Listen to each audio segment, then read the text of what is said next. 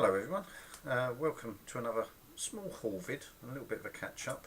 I've only been to a couple of boot fairs and that was just last weekend. They're pretty much come to an end because of the weather and everything's gone a bit as it's getting towards Christmas, so that's them over with for this year anyway.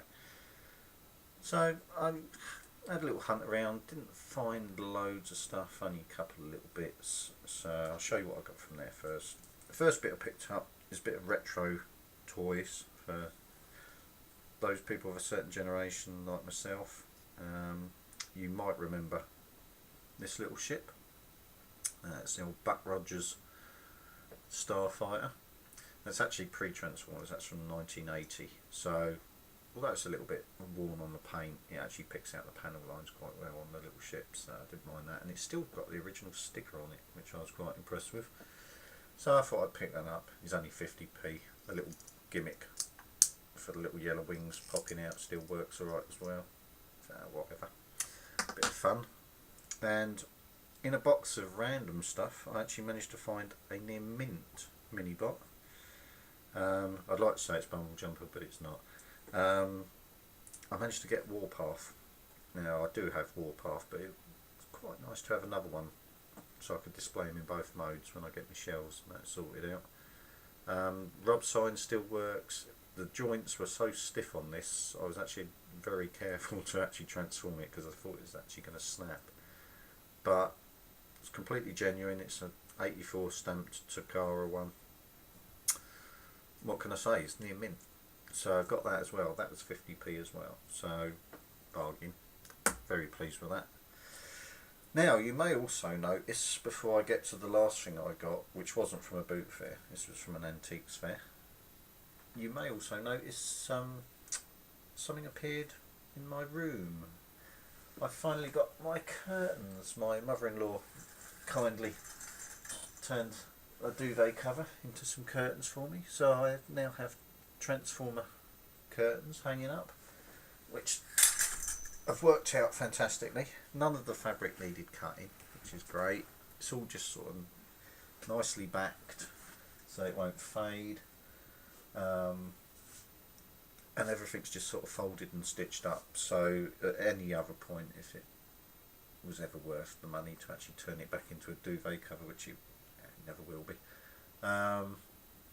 it's much more use to me as a set of curtains. But to actually get some Transformer sort of curtains is great.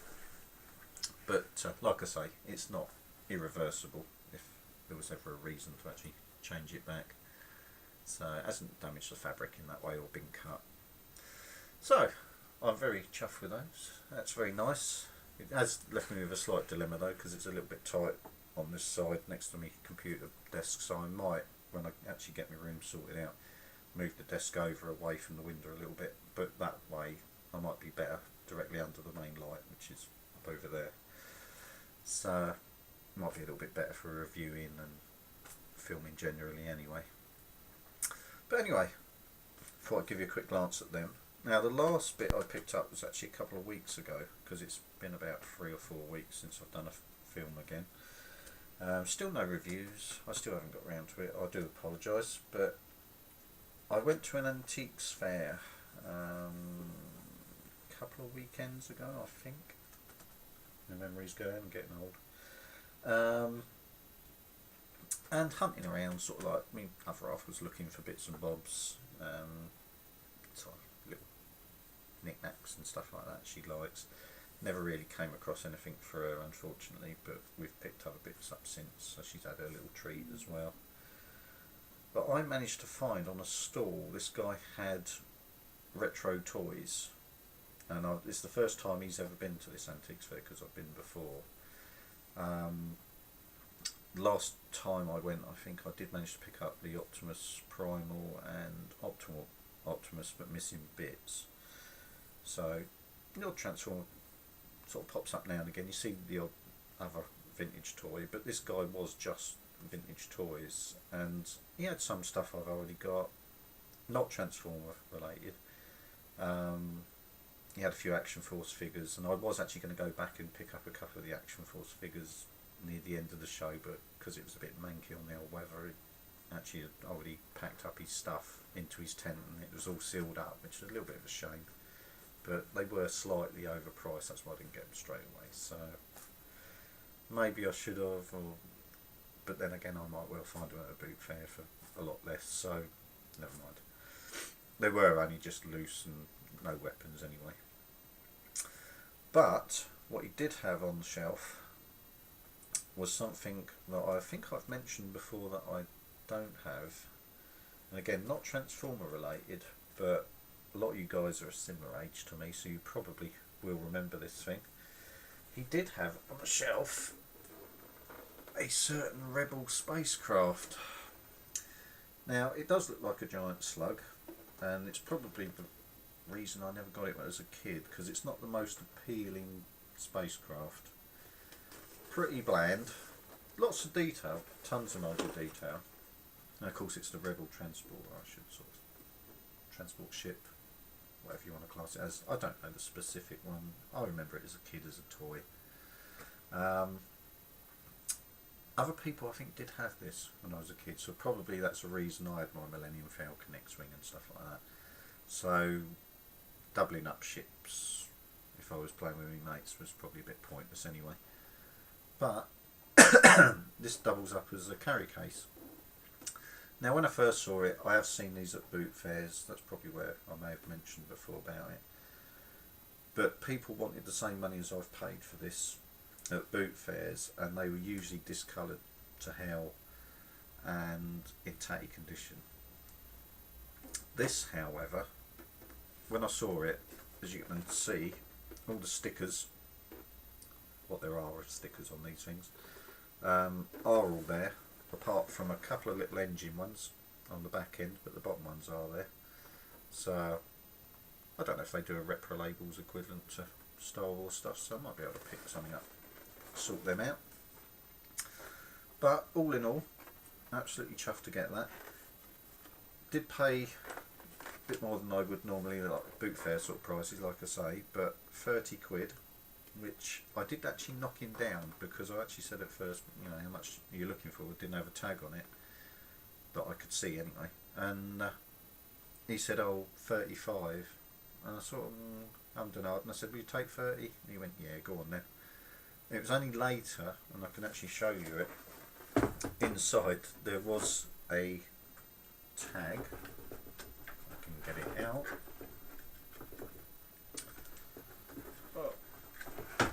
Always the way. I should have planned this and got it sooner. There we go. The tag originally, what he'd obviously put it up for sale for, I don't know if that will come out clear enough. I've turned the autofocus off to save some hassle. Was 45, so I've actually managed to get it 15 quid cheaper than he originally wanted for it. So again, even bigger bargain. Whether he'd forgot that or whether he just knocked it down to try and shift it at the show, I don't know. But I'll give you a quick, because I've got nothing else to show you, quick once round on what this has got, simply for the fact that I'm chuffed with everything it does come with. First of all, you've got a removable back piece, and inside you've got two cannon and a little piece what they sit on. Now they are removable, and you can even remove the guns off the base to actually use it as a little sort of play base in its own right, sort of thing. That's all there, which is unusual, let's put it that way. Anyone I've ever seen at a boot fair what's been yellowed to hell hasn't even had any of that in the back. And you can take the front section off, which gives you the cockpit and a sneak peek at the other part I was going to show you, which I'll get out in a sec. And the cockpit has got all of its stickers, which are a little bit difficult to get the camera to. If I can turn it that way, you can see there's the dashboard stickers and everything in there. Again, all in fantastic condition. You can, by, if I'll show you on camera, turning that to the side and unclipping it around the edge. You don't really need to see this bit too much. You can actually take the whole top off. And then you've got the inside, which is, like I say, in perfect condition. inside there you've got a little sort of area what's supposed to be like a prison cell, and a tray which holds all the figures, so you can, like I say, use it as a carry case or storage place. You can lift that out, and you've got a cardboard base inside as well, which again is in mint condition. And not only that, one of the rarest bits to find for one of these anyway, especially at a boot fair you wouldn't have found it, is a little ramp which is this, like the escape hatch if Imperials are breaking out of it. Like I say, all complete. The only thing what's not quite right is on the guns they should have a clicker as they go round, but I actually got an idea how I can actually make that work again, so it's not the end of the world. I should be able to sort that one out. But like I say, if you can see there as well, all the stickers inside on the front are all perfect, absolutely chuffed to bits. But the pièce de résistance, it also came with its complement of extras, what it would have come with originally boxed. So you've got 5 backpacks, and I think it's, is it 4? Yeah, 4 little gas masks as well, which fit on the figures. A little bit difficult to make me out in there. I have picked up some of the backpacks before at boot fairs, which are always handy if you want to put them on the old vintage figures. It was to mimic the Hoth soldiers' equipment, and the little gas mask like Han Solo, Princess Leia and Chewbacca put on when they're in the asteroid, when they're inside the worm anyway. But there you go, that's the little backpacks. None of them are damaged. Sometimes you get the ends broken here, or these little loops get broken, so that's what we fold them up and push them through there, almost a bit like a cable tie. And then in the same way you've got the little gas masks, and they work the same way. You wrap it around the figure's head and push it through the little loop at the end there, and that holds on the figure. So to find the whole thing complete with all of the extras, all nicely bagged up, all clean, all unfaded, yeah, it was rather nice. Did make my day, because, you know, as much as I am a Transformer collector and pretty much die hard the fact that I'm more that than I am Star Wars these days, I still love finding the vintage stuff. So to find a complete original ship from the sort of Empire Strikes Back, and it was released on Jedi as well, so it could be from either. But yeah, to find the original ship, that's great. Always nice. There's only a few bits actually from the original sort of Star Wars stuff that I really want to find now, which would be the Ewok village, the Rancor. I've got a later done A-Wing, so I'm not so worried about finding that, which would be difficult anyway because it's pretty expensive. The Imperial Shuttle would be a nice one to get. It's a big ship, but and quite expensive, but that is a nice one. And a Cloud Car is probably about one of the others. Not sure if I've got a Tauntaun as well. Must find out if I've got one. But I have a feeling I need that as well. I've got the Wampa. Anyway, I'm probably talking gibberish, because if you're watching this because of Transformers, these things may not mean anything to you whatsoever. But yeah, so that's my little haul for the moment. I did pick up a few Sharpies, just a few, to touch up figures and stuff. Tried on one. Yeah, it's a little bit not quite right, but it's better than it was, so in that sense it's still an improvement. The black definitely still works best for touching up on old figures where black paint's worn off. You can't really muck up black unless you draw on the wrong bit. But yeah, I think that's about it. Can't really think of anything else that I was going to show you at the moment. There's a few things I might dig out and review. You will notice that the pile seems to have changed. I shall show you round into the room. That is because some of the stuff has finally disappeared up into the loft. Non-transformery bits for the most part. They have gone up there. Some will come back, but for the most part it's the stuff I wasn't worried about having down here. They've gone up, so I've made enough room for my other half stuff to come into here, and that will now mean that I can finally start on her room. So again, that means I've got a bit more further on with the house. If I can get her room done, then her stuff goes back. I can do the bedroom, and then obviously this is the last room up here before I then do the hall, but the hall's a separate entity in itself anyway.